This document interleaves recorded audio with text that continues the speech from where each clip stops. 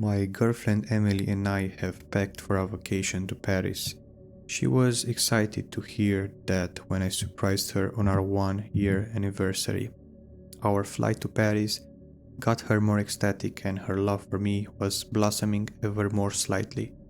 I know we've been together only for a year, but I'm going to propose to her in Paris, in a fancy restaurant, and I can't wait for her response and reaction.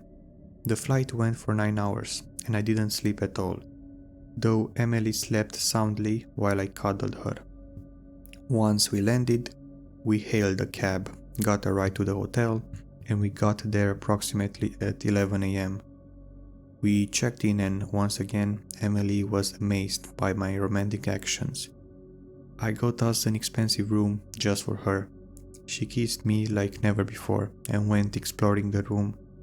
Afterwards, she and I decided to sleep for a couple of hours before we set off into our adventures. We have woken up at around 7:30 p.m. and she immediately got out of bed, got dressed and was waiting for me at the door with enthusiasm.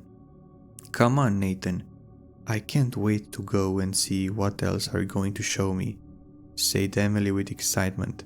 I got out of bed, got dressed and we left the room. I almost fell to the floor as Emily jumped on me to get a hug. "I still can't believe you did this all just for me," said Emily, hugging me tightly. I smiled. "I will buy the Eiffel Tower too," I said sarcastically. Emily giggled and looked at me. "Where are you taking me now?" "Let's go eat at 𝓤𝓲𝓽𝓮. It's Paris after all," I said. She let go of me and began walking with me. "I wish that restaurant did exist. The movie was amazing and the food looked good too," said Emily. We arrived at a fancy restaurant called 𝓤𝓭𝓮. Emily went to look inside and I was stopped by a mime. "Oh, great," I said to myself. The mime was pretending he was peeling and eating a banana and offered me his imaginary banana.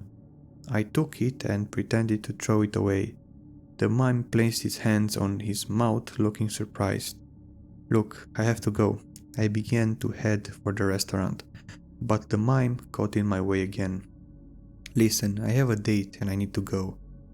I was getting agitated. The mime thrust his hand towards me, asking for money. I just walked around him and headed straight for the restaurant. I looked behind me and the mime gave me a bad look. I was sitting at a table with Emily and we were looking at the menu. "You think their chef is Remy?" I said, laughing. She laughed. "If it was, I would be quite surprised. I'm ready to order." I called the waiter over to order. I was staring down at the menu while I was telling him what I wanted. As I looked up, I was staring at the mime dressed as a waiter. I got up and raised my voice at him, telling him to go away. As my eyes were adjusting to the face of the mime, it became clear that it was just a regular French waiter looking shocked. He stood there frozen, and I stood there feeling ashamed of myself. Emily was staring at me, looking embarrassed. I said I was sorry, walked out of the restaurant, and Emily followed me. "What happened back there, Nate?" said Emily, sounding worried. I stared at the Eiffel Tower, and it stared back at me with its luminescent lights. "I'm just a little very tired," I said. I began to walk to the hotel with Emily by my side. "So, how tired are you exactly?" Emily asked, looking confused.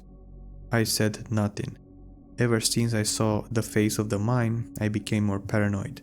It felt as if somebody was watching me. The thought of something or someone lurking in the darkness sends a shiver down my spine. What frightens me the most is that Emily shows no signs of fear. It is because I'm here by her side, or is it only me that's going insane? We got to the hotel and I felt relieved. "I think you need some rest, Nate, and you'll feel all better in the morning," said Emily, hugging me. I smiled. Emily and I were talking about what we should do tomorrow as we waited for the elevator to come down. "How about we go to some tourist attractions? I heard they have some really good ones." I held her hand. "I'll do anything as long as it's with you," I said quietly as I stared into her pearlescent eyes. The elevator ringed and the doors opened. We were just about to enter the elevator, but I stopped and stared in horror. In the elevator was the mime staring into my soul, not blinking, and his face was expressionless. Adrenaline was pumping in me, and I vigorously pressed the button for the other elevator to open. As the elevator opened, I immediately went in, pulling Emily in, and I constantly pressed the button to the highest floor where we were staying. I was sweating excessively, and Emily was scared. "Nathan, you're scaring me. You need to go to a doctor," said Emily with fear in her voice.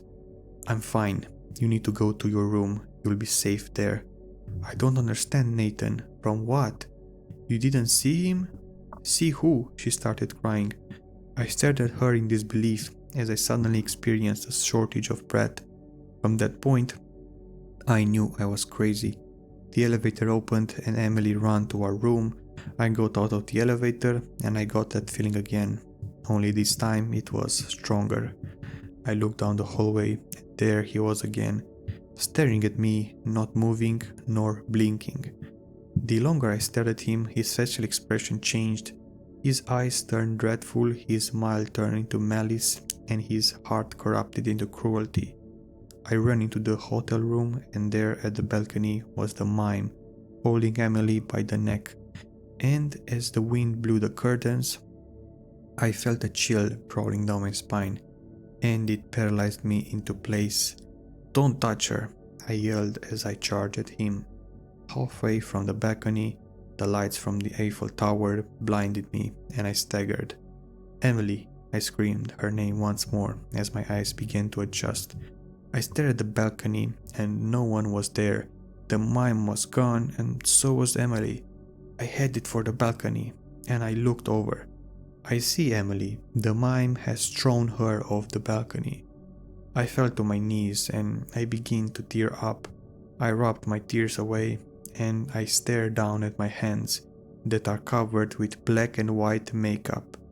I surrendered to the Eiffel Tower's radiance as it shone ever so brightly at Paris that night.